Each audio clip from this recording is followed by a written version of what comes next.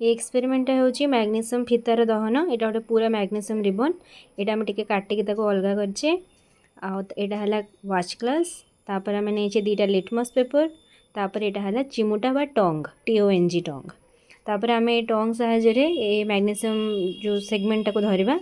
धरिकी आम बुनसेन बर्नर को जलैबा जलैला जो आमको धला पाउंस टाइप जिनस मिल आम वाच ग्लास कलेक्ट करके रखा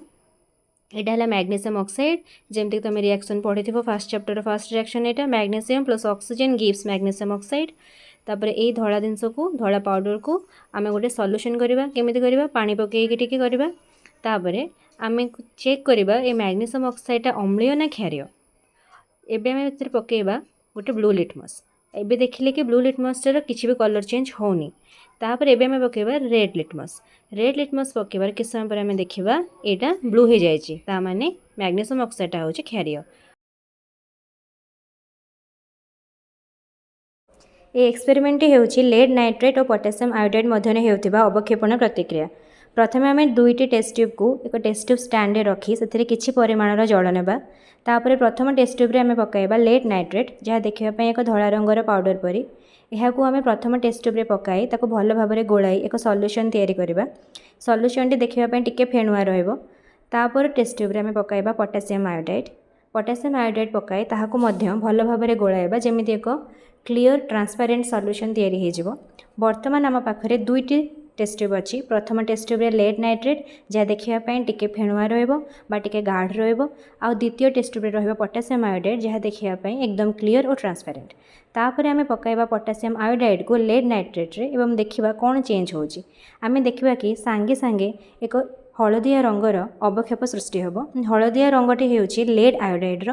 यही रिएक्शन रे आमको मिलूँ लेड आयोडाइड और पोटेशियम नाइट्रेट लेड आयोडाइड होउछि एक हलदिया अवक्षेप माने जहाँ जल में अद्रवणीय किसी समय पर आम देखा कि अवक्षेपटी तले बसीज और सुपरनेटेंट अलग हो द्वैत विस्थापनर एक उदाहरण अटे।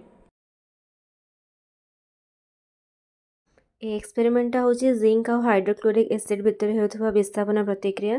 फर्स्ट आम जिंक मेटल ग्रान्यूल्स नवा जोटा ग्रान्यूल आकार में मिले कलर ग्रेस थाए आ शाइनिंग टिके थाए आम ताको फर्स्ट वाच ग्लास को नवा जमती भलसे देखी हम रिएक्शन कला समय बिकर को ट्रांसफर करदे तापर से पकईबा हाइड्रोक्लोरिक एसिड ट्राए कर एसिड यूज कला ग्लोव्स पिंधापी एसिड टाक जिते आम जिंक रे पकईबा से सांगे सांगे रिएक्शन स्टार्ट हो गोटे धुआं बाहर धुआं टाइप जिनस बाहर व्हाइट कलर गैस जोड़ा सेटा हूँ आम हाइड्रोजन गैस आदि आम बिकर को साइड को कि तल को टच करवा तो आमको बहुत हाथ को गरम लगे कारण यहाँ हूँ गोटे ताप उत्पादी प्रतिक्रिया आई रिएक्शन को आम अलग सेटअप रे भी करें जो थे आम गोटे कोनिकल फ्लास्क आ गोटे स्टपर यूज करी जमी मोर बही जमी फोटोटा अच्छे सेमती ये एक्सपेरिमेंट होउछि कैल्शियम ऑक्साइड बा कली चूनर जल सहित घटुथिबा तीव्र रासायनिक प्रतिक्रिया। प्रथमे आम नबा कैल्शियम ऑक्साइड जहाँ को कली चून मध्य कहुए आम किछि मात्रा रे कैल्शियम ऑक्साइड को संग्रह करी एक बिकर रे रखिबा तापर एथिरे पकाइबा जल एवं देखिबा कि जल पकाइबार सांगे सांगे एथिरु प्रचुर ताप निर्गत हेबो एवं आमको जो उत्पादटी मिल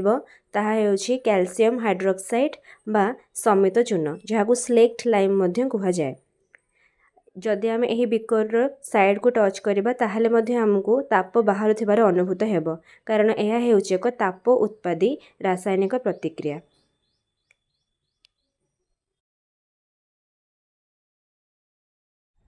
ये एक्सपेरिमेंट होउछि फेरस सल्फेट्र विघटन प्रतिक्रिया।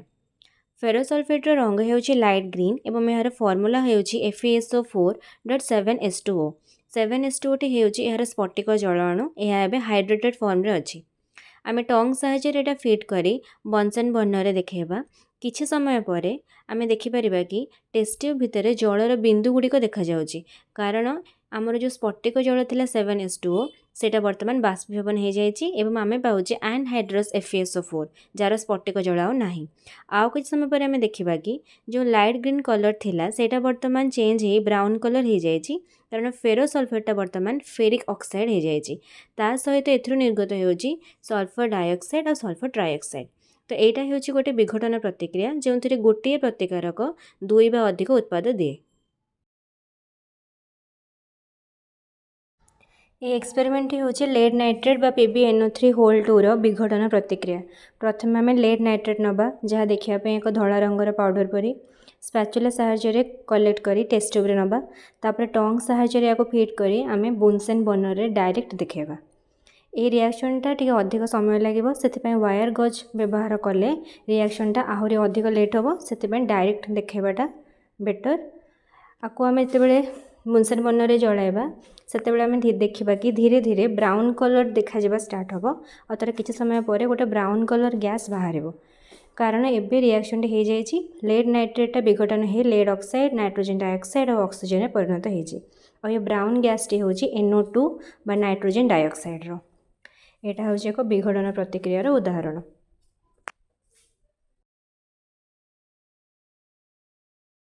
ये एक्सपेरिमेंट हूँ कपर सल्फेट और आयरन भितर होता विस्थापन प्रतिक्रिया। प्रथम आम दुईटी टेस्ट ट्यूब को टेस्ट ट्यूब स्टैंड रखी सेठारे समान परिमाणर पानी नवा तापर पकाइबा कपर सल्फेट जार रंग नील रंगर होता है। चेष्टा करबा कि दुईटी टेस्ट ट्यूब्र गाढ़ता समान रहू से समान परिमाणर कपर सल्फेट आम दुईटी टेस्ट ट्यूब पकाइबा। तापर एक लुहा कंटा नवा लुहा कंटाटी सफा होता दरकार जो थे कलंकी लगी नथिबो। एक लुहा कंटा को सूतार बांधी आम गोटे टेस्ट ट्यूब पकाई ताको किछि समय पर साइड रखिदबा। किछि समय पर आम देखा कि जो लुहा कंटाटी आगुआ संपूर्ण भाव में सफा थिला सेही लुहा कंटा उपरे एक बादामी रंगर आस्तरण बसी जाइछि एवं जो टेस्ट ट्यूब आगुआ नील रंगर सल्यूशन थिला तार ए कलर चेंज हुई ताहा ग्रीन कलर रे परिणत होइछि। दुईटी टेस्ट ट्यूब को साइड रे रखी आम कंपेयर करि परिबा किपरि भाबे रंगर परिवर्तन होइछि कारण एठारे हो जाइछि विस्थापन प्रतिक्रिया जो थे कपर सल्फेट रु कपर को आयरन विस्थापित करी फेरो सल्फेट रे परिणत होइछि।